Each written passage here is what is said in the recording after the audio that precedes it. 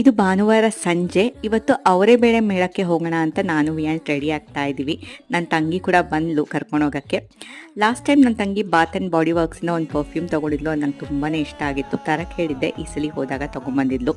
ಇಲ್ಲಿ ಬಂದು ನೋಡಿದ್ರೆ ಕ್ರೌಡ್ ಸಿಕ್ಕಾಪಟ್ಟೆ ಇತ್ತು. ಒಂದು 45 ಮಿನಿಟ್ಸ್ ವೆಯ್ಟ್ ಮಾಡಿ ಕ್ಯೂ ಅಲ್ಲಿ ಸಾಕಾಗಿ ನನ್ನ ತಂಗಿ VIP ಎಂಟ್ರಿ ತೊಗೊಳ್ಳೋಣ ಅಂತ VIP ಎಂಟ್ರಿನೇ ತೊಗೊಂಡ್ವಿ. ಹಾಗೆ ಇಲ್ಲಿ ಬ್ಯಾಕ್ಗ್ರೌಂಡಲ್ಲಿ ಮ್ಯೂಸಿಕ್ ಪ್ರೋಗ್ರಾಮ್ ಕೂಡ ನಡೀತಾ ಇತ್ತು.